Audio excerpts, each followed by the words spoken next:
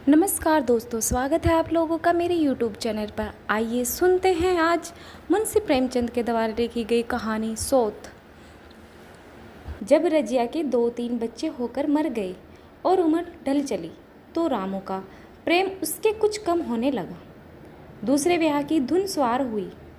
आए दिन रजिया से बकझक होने लगी। रामू एक न एक बहाना कर कर रजिया पर बिगड़ता और उसे मारता। अंत को वह नई स्त्री ले ही आया। इसका नाम था दासी।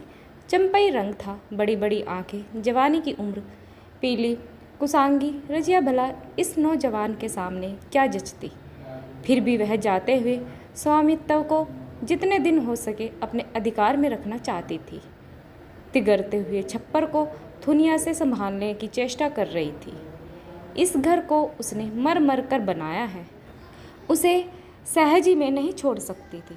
वह इतनी बेसमझ नहीं है कि घर छोड़कर जी चाहे और दासी राज करे। एक दिन रजिया ने रामू से कहा, मेरे पास साड़ी नहीं है, जाकर ला दो। रामू उसके एक दिन पहले दासी के लिए अच्छी सी चुंदरी लाया था। रजिया की मांग सुनकर बोला, मेरे पास अभी रुपया नहीं था। रजिया को साड़ी की उतनी चाह न थी जितनी रामू और दासियों के आनंद में बिगड़ डालने की। बोली, रुपए नहीं थे तो कल अपनी चहेती के लिए चुंदरी क्यों लाए? चुंदरी के बदले उसी दाम में 2 साड़ियाँ लाते तो एक मेरे काम ना आती। रामू ने स्वेच्छा भाव से कहा, मेरी इच्छा जो चाहूँगा करूँगा, तू बोलने वाली होती कौन है? अभी उसके खाने खेलने के दिन है, तू चाहती है उसे अभी से नॉन तेल की चिंता में डाल दूँ? यह मुझसे न होगा। तुझे ओढ़ने पहनने की साध है तो काम कर। भगवान ने क्या हाथ पैर नहीं दिए? पहले तो घड़ी रात उठकर काम धंधे में लग जाती थी, अब उसकी ढाह में पैर दिन तक पड़ी रहती है। तो रुपए क्या आकाश से गिरेंगे? मैं तेरे लिए अपनी जान थोड़े ही दे दूंगा। रजिया ने कहा, तो क्या मैं उसकी लोंडी हूँ कि वह रानी की तरह पड़ी रहे और मैं घर का सारा काम करती रहूँ? इतने दिनों छाती फाड़ कर काम किया, उसका यह फल मिला तो अब मेरी बला काम करने आती। मैं जैसे रखूँगा वैसे ही तुझे रहना पड़ेगा। मेरी इच्छा होगी रहूँगी, नहीं अलग हो जाऊँगी। जो तेरी इच्छा हो कर, मेरा गला छोड़। अच्छी बात है, आज से तेरा गला छोड़ती हूँ, समझ लूँगी विधवा हो गई। रामू दिल में इतना तो समझता था कि यह गृहस्थी रजिया की जोड़ी हुई है, चाहे उसके रुपये में उसके लोचन विलास के लिए आकर्षण न हो। संभव था कुछ देर के बाद वह जाकर रजिया को मना लेता, पर दासी भी कूटनीति में कुशल थी। उसने गरम लोहे पर चोटें जमाना शुरू की। बोली, आज देवी की किस बात पर बिगड़ रही थी? रामू ने उदास मन से कहा, तेरी चुंदरी के पीछे रजिया महाभारत मचाए हुए है। अब कहती है अलग रहूँगी। मैंने कह दिया, तेरी जैसी इच्छा हो कर ले। दासिया ने आंखें मटकाकर कहा, यह सब नखरे हैं कि आगे हाथ पांव जोड़े, मनावन करे और कुछ नहीं। तुम चुपचाप बैठे रहो, 2-4 दिन में आप ही गर्मी उतर जाएगी। तुम कुछ बोलना नहीं, उसका मिजाज और आसमान पर चढ़ जाएगा। रामू ने गंभीर भाव से कहा, दासी तुम जानती हो वह कितनी घमंडनी है। वह मुंह से जो बात कहती है उसे करके छोड़ती है। रजिया को भी रामू से ऐसी कृतघ्नता की आशा न थी। वह जब पहले किसी सुंदर नहीं, इसलिए रामू को अब उससे प्रेम नहीं है। पुरुष चरित्र में यह कोई असाधारण बात न थी, लेकिन रामू उससे अलग रहेगा इसका उसे विश्वास नहीं आता था। यह घर उसी ने पैसा जोड़कर बनवाया है, गृहस्थी भी उसी की जोड़ी हुई है, अनाज का लेन देन उसी ने शुरू किया। इस घर में आकर उसने कौन कौन से कष्ट नहीं झेले, इसलिए तो कि पौरुख थक जाने पर एक टुकड़ा चैन से खाएगी और पड़ी रहेगी। और आज वही इतनी निर्दयता से दूध की मक्खी की तरह निकालकर फेंक दी गई। रामू ने इतना भी नहीं कहा, तू अलग नहीं रहने पाएगी। मैं या खुद मर जाऊंगा या तुझे मार डालूंगा, पर तुझे अलग न होने दूंगा। तुझसे मेरा ब्याह हुआ है, हंसी ठट्टा नहीं है। तो जब रामू को उसकी परवाह नहीं है तो वह रामू को क्यों परवाह करे? क्या सभी स्त्रियों के पुरुष बैठे होते हैं? सभी के माँ बाप बेटे पोते होते हैं। आज उसके लड़के जीते होते तो मजाल थी कि यह नई स्त्री लाते और मेरी यह दुर्गति करते।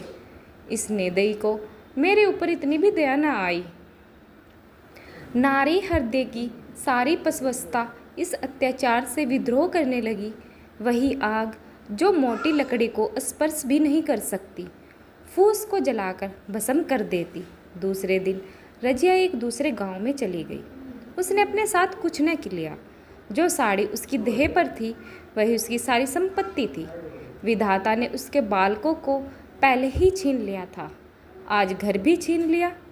रामू उस समय दासी के साथ बैठा हुआ था, आमोद विनोद कर रहा था। रजिया को जाते देखकर शायद वह समझ न सका कि वह चली जा रही है। रजिया ने यही समझा, इस तरह तारों की भांति वह जाना भी न चाहती थी। वह दासी को, उसके पति और सारे गांव को दिखा देना चाहती थी कि वह इस घर से धेले की भी चीज़ नहीं ले जा रही है। गांव वालों की दृष्टि में रामू का अपमान करना ही उसका लक्ष्य था। उसके चुपचाप चले जाने से तो कुछ भी न होगा। रामू उल्टा सबसे कहेगा, रजिया घर की सारी संपदा उड़ा ले गई। उसने रामू को पुकार कर कहा, संभालो अपना घर, मैं जाती हूँ। तुम्हारे घर की कोई भी चीज़ अपने साथ नहीं ले जाती। रामू एक क्षण के लिए कर्तव्य भ्रष्ट हो गया। क्या कहे उसकी समझ में नहीं आया। उसे आशा न थी कि वह यूँ जाएगी। उसने सोचा था जब वह घर छोड़कर जाने लगेगी तब वह गांव वालों को दिखाकर उनकी सहानुभूति प्राप्त करेगा। अब क्या करे। दासिया बोली, जाकर गांव में ढिंडोरा पीट आओ, यहाँ किसी का डर नहीं है। तू अपने घर से ले ही क्या आई थी जो कुछ लेकर जाओगी। रजिया ने उसके मुंह न लगकर रामू से ही कहा, सुनते हो अपनी चहेती की बातें, फिर भी मुंह नहीं खुलता। मैं तो जाती हूँ, लेकिन 10 रानी तुम भी बहुत दिन राज न करोगी। ईश्वर के दरबार में अन्याय नहीं फलता, वह बड़े बड़े घमंडियों को घमंड चूर कर देता है। दासिया ठट्टा मारकर हंसी, पर रामू ने सिर झुका लिया। रजिया चली गई। रजिया जिस नए गांव में आई थी वह रामू के गांव से मिला ही हुआ था। यहाँ के लोग उससे परिचित थे। वह कैसी कुशल गृहिणी है, कैसी मेहनती, कैसी बात की सच्ची, यह यहाँ किसी से छिपा नहीं था। रजिया को मजदूरी मिलने में कोई बाधा न हुई। जो एक लेकर 2 का काम करे उसे काम ही क्या कमी। 3 साल एक रजिया ने कैसे काटे, कैसे एक नई गृहस्थी बनाई, कैसे खेती शुरू की, इसका बयान करने बैठे तो पोथी हो जाए। संचय के जितने मंत्र हैं, जितने साधन हैं, मैं रजिया को खूब मालूम थे। फिर अब उसे लाग हो गई, और लाग में आदमी की शक्ति का वारापार नहीं रहता। गांव वाले उसका परिश्रम देखकर दांतों उंगली दबाते थे। वह रामू को दिखा देना चाहती थी कि मैं तुमसे अलग होकर भी आराम से रह सकती हूँ। वह अब पराधीन नारी है, अपनी कमाई खाती है। रजिया के पास बैलों की एक अच्छी जोड़ी है। रजिया उन्हें केवल खली भूसी देकर नहीं रह जाती, रोज़ 2-2 रोटियां भी खिलाती है। फिर उन्हें घंटों सहलाती है। कभी कभी उनके कंधों पर सिर रखकर रोती है और कहती है, अब बेटे हो तो, पति हो तो तुम ही हो, मेरी जान अब तुम्हारे ही साथ है। दोनों बैल शायद रजिया की भाषा और भाव समझते हैं। मैं मनुष्य नहीं है, बैल है। दोनों सिर नीचा करके रजिया का हाथ चाटकर उसे आश्वासन देते हैं। मैं उसे देखते ही कितने प्रेम से उसकी ओर ताकते लगते हैं, कितने हर्ष से कंधा झुलाकर पर जुआ रखवाते हैं, और कैसे जी तोड़ काम करते हैं। यह मैं लोग समझ सकते हैं जिन्होंने बैलों की सेवा की है और उनके हृदय को अपनाया है। रजिया इस गांव की चौधराइन है। उसकी बुद्धि जो पहले नित्य आधार खोजती रहती थी और स्वच्छंद रूप से अपना विकास न कर सकती थी, अब छाया से निकलकर प्रौढ़ और उन्नत हो गई। एक दिन रजिया घर लौटी तो एक आदमी ने कहा, तुमने नहीं सुना चौधराइन, रामू तो बीमार हो गया। सुना, 10 लगन हो गई।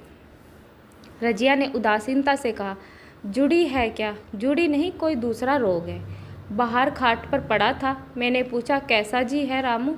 तो रोने लगा। बुरा हाल है, घर में एक पैसा भी नहीं है, दवा दारू करे। दासियों के एक लड़का हुआ है, वह तो पहले भी काम धंधा न करती थी और अब तो लड़कोरी है। कैसे काम करने आए? सारी मार रामू के सिर जाती है। फिर गहने चाहिए, नई दुल्हनिया कैसे रहे। रजिया ने घर में जाते हुए कहा, जो जैसा करेगा आप भोगेगा। लेकिन अंदर उसका जी न लगा। एक क्षण में फिर बाहर आई। शायद उस आदमी से कुछ पूछना चाहती थी और इस अंदाज से पूछना चाहती थी मानो उसे कुछ परवाह नहीं है, पर वह आदमी चला गया था। रजिया ने पूर्व पश्चिम में जाकर देखा, वह कहीं न मिला। तब रजिया दीवार के चौखट पर बैठ गई। इसे में शब्द याद आए जो उसने 3 साल पहले रामू के घर से चलते समय कहे थे। उस वक्त जलन में उसने वह साप दिया था।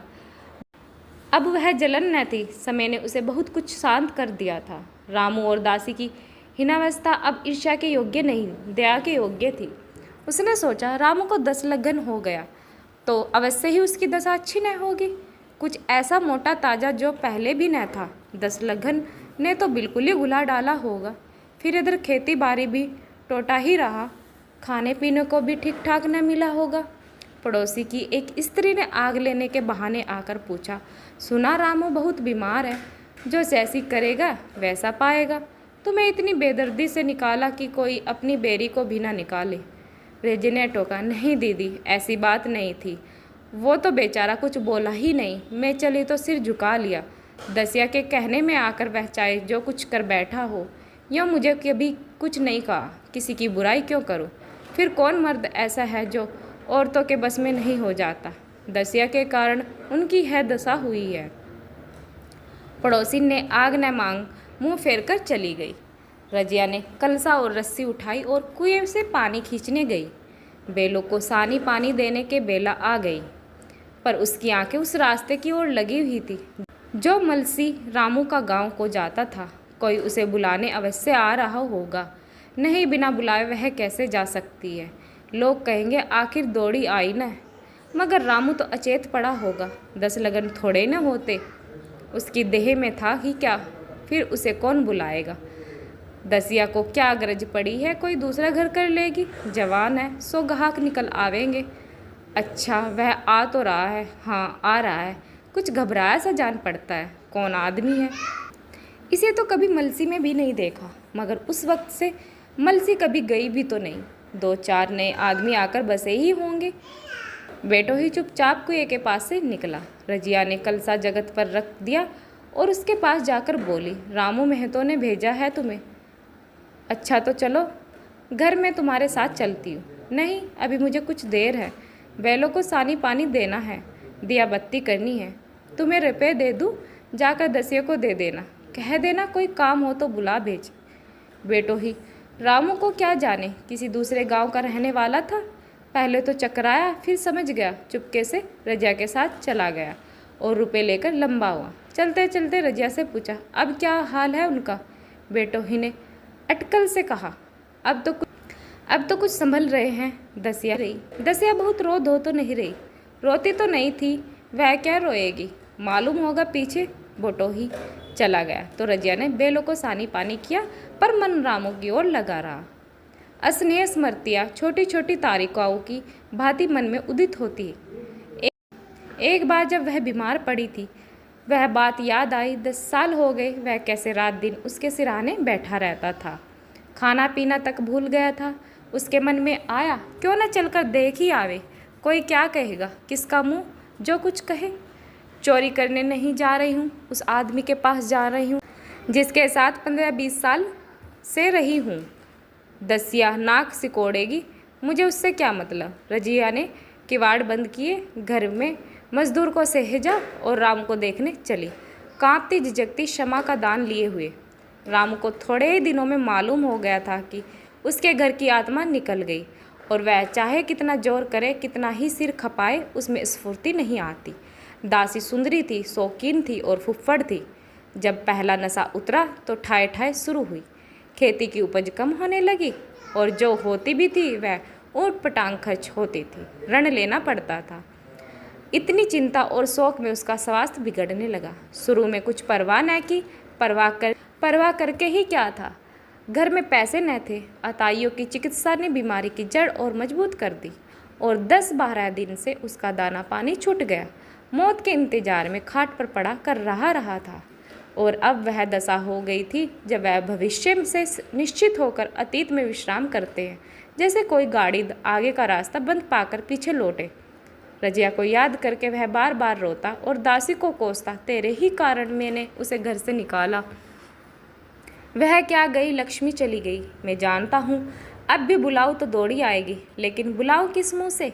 एक बार वह आ जाती और उससे अपने अपराध क्षमा करा लेती, फिर मैं खुशी से मरता और लालसा नहीं होती। सहसा रजिया ने आकर उसके माथे पर हाथ रखते हुए पूछा, कैसा है जी तुम्हारा? मुझे तो आज हाल मिला। रामू ने सजल नेत्रों से उसे देखा पर कुछ कह न सका। दोनों हाथ जोड़कर उसे प्रणाम किया पर हाथ जुड़े ही रह गए और आंखें उलट गई। लाश घर में पड़ी थी। रजिया रोती थी, दसिया चिंतित थी। घर में रुपए का नाम नहीं, लकड़ी तो चाहिए ही, उठाने वाला भी जलपान करेंगे ही। कफन के बगैर लाश उठेगी कैसे? 10 से कम का खर्च न होता। यहाँ घर में 10 पैसे भी नहीं। डर रही थी कि आज गहने आफत आ गई। ऐसे कीमती भारी गहने कौन थे? किसान की बिसात ही क्या, 2-3 नग बेचने से 10 मिल जाएंगे। मगर और हो ही क्या सकता है। उसने चौधरी के लड़के को बुलाकर कहा, देवर जी, यह बड़ा केस पार लागे। गांव में कोई धेले का भी विश्वास करने वाला नहीं। मेरे गहने हैं, चौधरी से इन्हें गिरवी रखकर आज का काम चलाए, फिर भगवान मालिक है। रजिया से क्यों नहीं मांग लेती? सहसा रजिया आंखें पोंछती ही आ निकली। कान में भनक पड़ी। पूछा, क्या है जोकू, क्या सलाह कर रहे? अब मिट्टी उठाओगे कि सलाह की बेला है? हाँ, उसी का सरंजाम कर रहा हूँ। रुपए पैसे तो यहाँ होंगे नहीं, बीमारी में खर्च हो गए होंगे। इस बेचारी को तो बीच मझधार में लाकर छोड़ दिया। तुम लपक कर उस घर चले आओ भैया, कौन दूर है, कुंजी लेते जाओ। मंजूर से कहना भंडार से 50 रुपये निकाल दे, कहना ऊपर की पटरी पर रखे हैं। वह तो कुंजी लेकर उधर गया। इधर दसिया राजो के पैर पकड़कर रोने लगी। बेनापे के ये शब्द उसके हृदय में बैठ गए। उसने देखा रजिया में कितनी दया, कितनी क्षमा है। रजिया ने उसे छाती से लगाकर कहा, क्यों रोती हो बहन? वह चला गया, मैं तो हूँ, किसी बात की चिंता न कर।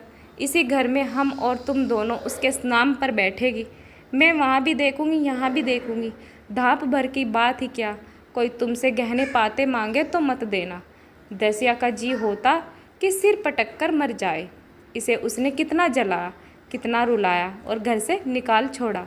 रजिया ने पूछा, जिसके रुपए हो सूरत करके मुझे बता देना, मैं झगड़ा नहीं रखना चाहती। बच्चा दुबला क्यों हो रहा है? दसिया बोली, मेरे दूध होता ही नहीं। गाय जो तुम छोड़ गई थी वह मर गई, दूध नहीं पाता। राम राम, बेचारा मुरझा गया। मैं कल ही गाय लाऊंगी, सभी गृहस्थी उठा लाऊंगी। वहाँ क्या रखा है? लाश से उठी। रजिया उसके साथ गई।